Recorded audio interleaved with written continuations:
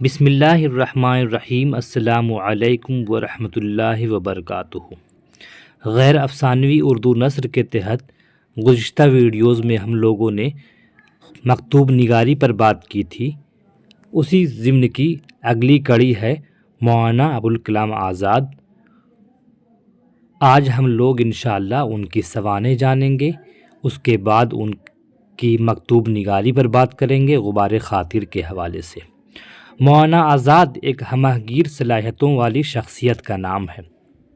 وہ شاعر تھے، ادیب تھے، صحافی تھے، عربی اور فارسی کے جید عالم تھے، مفکر اسلام تھے، مفسر قرآن تھے، دانشور تھے، سیاست دان تھے، بہترین مقرر تھے، بلکہ یوں کہیے کہ وہ اپنی ذات سے ایک انجمن تھے۔ ہمارے ملک کی تحریک آزادی کے صف اول کے سپاہی تھے۔ انہوں نے آزادی کے بعد ہندوستان کی سیاسی اور تعلیمی پالیسی کی تشکیل میں نمایاں کردار ادا کیا۔ وہ آزاد ہندوستان کے پہلے وزیر تعلیم مقرر ہوئے اور انہوں نے اپنے عہدے پر رہتے ہوئے تعلیمی ڈھانچے کو ایسی مضبوط بنیادیں فراہم کی کہ جن پر آج شاندار عمارت وجود میں آئی۔ مولانا آزاد کا اصل نام محی الدین احمد ہے، تاریخی نام فیروز بخت، کنیت ابوالکلام اور تخلص آزاد۔ ان کے والد مولانا سید محمد خیر الدین بنت احمد انہیں فیروز بخت کے نام سے پکارتے تھے۔ ابوالکلام آزاد کی والدہ عالیہ بنت محمد کا تعلق ایک علمی خانوادے سے تھا۔ آزاد کے نانا مدینہ کے ایک معتبر عالم تھے جن کا شہرہ دور دور تک تھا۔ ان کی ولادت ذی الحجہ 1305 ہجری بمطابق 11 نومبر 1888 عیسوی مکہ معظمہ میں ہوئی۔ بعض اہل علم ان کی تاریخ پیدائش 9 یا 17 اگست 1888 بتاتے ہیں۔ ان کے والد مولانا خیر الدین کے اجداد دہلی کے رہنے والے تھے۔ ان کا تعلق مغلیہ حکومت کے ابتدائی دور میں ہرات سے ہندوستان آیا اور آگرہ میں مقیم ہوا۔ عہد اکبری میں یہ خاندان دلی مقیم ہوا اور مستقل سکونت اختیار کی۔ ان کا شمار دلی کے پائے کے علماء میں ہوتا تھا اور دربار مغلیہ میں ان کی رسائی تھی۔ وقت گزرتا گیا، دہلی کا سیاسی ماحول سازگار نہ ہونے کے سبب مولانا کے والد ہجرت کر کے حجاز چلے گئے اور پھر مکہ معظمہ میں سکونت اختیار کی۔ وہیں پر ایک عورت عرب خاتون سے شادی کر لی۔ مولانا آزاد کی مادری زبان عربی تھی، لیکن انہوں نے اتنی اردو سیکھ لی تھی کہ وہ آسانی سے بات چیت کر سکے۔ مولانا آزاد اپنے والد سے ابتدائی تعلیم حاصل کرنے کے بعد مصر کی مشہور دستگاہ جامعہ ازہر چلے گئے، جہاں انہوں نے مشرقی علوم کی تکمیل کی۔ ان کے والد کچھ عرصے بعد مکہ میں سخت بیمار ہوئے۔ علاج سے کوئی فائدہ نہ ہونے کے سبب بغرض علاج ماں اہل و عیال 1898 عیسوی کو ہندوستان آ گئے اور بمبئی میں قیام کیا۔ اس کے بعد وہ اپنے خاندان کے ساتھ کلکتے میں مستقل قیام پذیر ہو گئے۔ مولانا آزاد کی تعلیم و تربیت اپنے والد کے زیر سایہ ہوئی۔ وہ 10 سال کی عمر میں اپنے خاندان کے ساتھ ہندوستان آئے اور یہیں پر ان کی تعلیم و تربیت کا سلسلہ جاری رہا۔ مولانا آزاد کی ادبی زندگی کا آغاز 11 سال کی عمر میں ہو چکا تھا۔ سب سے پہلے شاعری کی طرف انہوں نے توجہ دی اور بعد میں نثر کی طرف متوجہ ہوئے۔ مولوی عبدالواحد خان نے ان کا تخلص آزاد رکھا۔ مولانا آزاد کو صحافت سے حد درجہ دلچسپی تھی۔ عرب سے ہجرت کر کے ہندوستان آئے تو کلکتہ کو اپنی سرگرمیوں کا مرکز بنایا۔ یہیں سے انہوں نے اپنی صحافتی اور سیاسی زندگی کا آغاز کیا۔ انہوں نے کلکتہ سے 1899 میں نئے رنگ خیال جاری کیا۔ 8 ماہ تک نکلتا رہا۔ اس کے بعد 1901 عیسوی میں المصباح نکالا، پھر لسان الصدق۔ مولانا نے کلکتہ سے ہی 13 جولائی 1912 عیسوی کو اخبار الہلال جاری کیا۔ یہ پہلا باتصویر سیاسی اخبار تھا اور اس کی تعداد اشاعت تقریباً 52,000 تھی۔ اس اخبار میں انگریزوں کی پالیسیوں کے خلاف مضامین شائع ہوتے تھے، اس لیے انگریزی حکومت نے 1914 عیسوی میں اس اخبار پر پابندی لگا دی۔ اس کے بعد 15 نومبر 1915 کو دوسرا اخبار البلاغ کے نام سے نکالا۔ یہ اخبار کی آزاد کی انگریز مخالف پالیسی کی پر گامزن رہا۔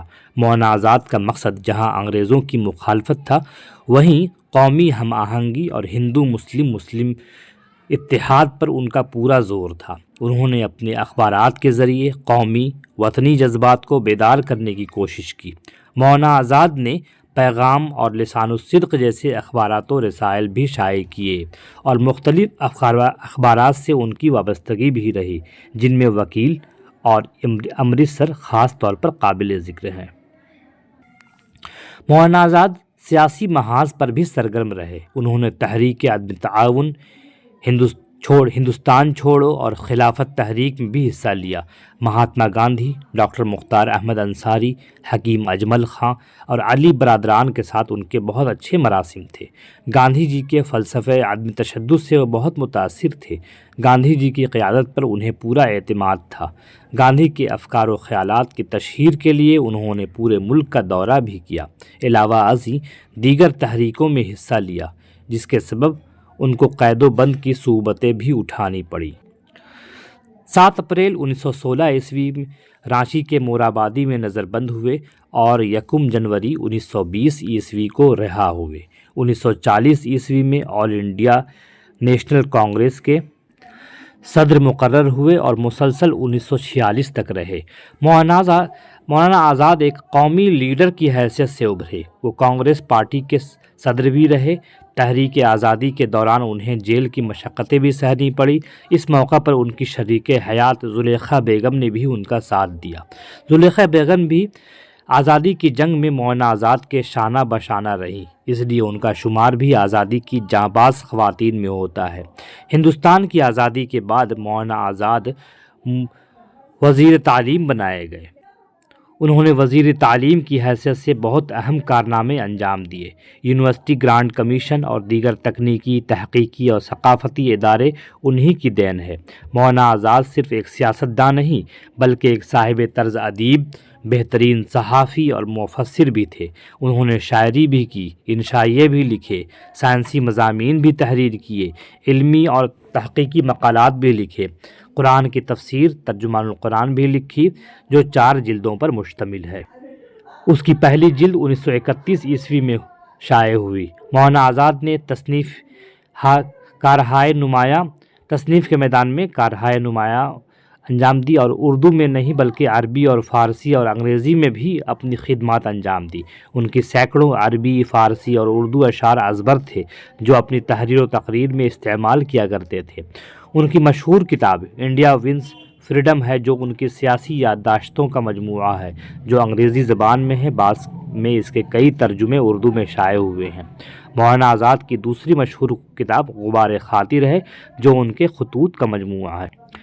انہوں نے جو قلعہ احمد نگر میں قید کے دوران اپنے دوست حبیب الرحمن خان شیروانی کو خطوط لکھے تھے، یہ خطوط انہی پر مشتمل ہے۔ یہ کتاب، یہ خطوط 9 اگست 1942 15 جون 1945 کے دورانیے میں لکھے گئے۔ ان کی نثر کو دیکھ کر مولانا حسرت موہانی نے اس طرح سے تعریف کی ہے: جب سے دیکھی ابوالکلام کی نثر، نظم حسرت میں وہ مزہ نہ رہا۔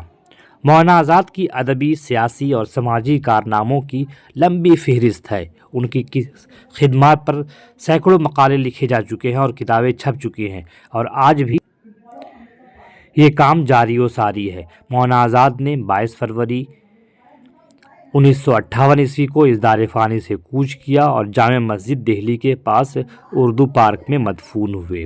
اب ہم ان کی کتابیں دیکھیں گے، ان کے حوالے سے جو کتابیں لکھی گئی ہیں۔ پہلی کتاب ہے آثار ابوالکلام آزاد، قاضی عبدالغفار، قاضی محمد عبدالغفار کی، 1958۔ مولانا ابوالکلام آزاد کا مونوگراف لکھا ہے عرش ملسیانی نے، 1974۔ مولانا ابوالکلام آزاد کا اسلوب نگارش، عبدالمغنی۔ ابوالکلام آزاد، عبدالقوی دسنوی۔ ابوالکلام آزاد، شکیل الرحمان۔ غبار خاطر کا تنقیدی مطالعہ، ملک زادہ منظور احمد۔ اور کچھ ابوالکلام آزاد کے بارے میں، مالک رام، 1989۔ یہ کتابیں قابل ذکر ہیں۔ مزید تفصیلات کے لیے آپ ان کتابوں سے مستفید ہو سکتے ہیں، آپ کو ضرور فائدہ ہوگا۔ اگلی ویڈیو میں ہم لوگ ملیں گے انشاءاللہ آزاد کے اسلوب نگارش کے حوالے سے، ان کو خطوط نگاری کے حوالے سے۔ تب تک کے لیے اجازت دیجیے، خدا حافظ۔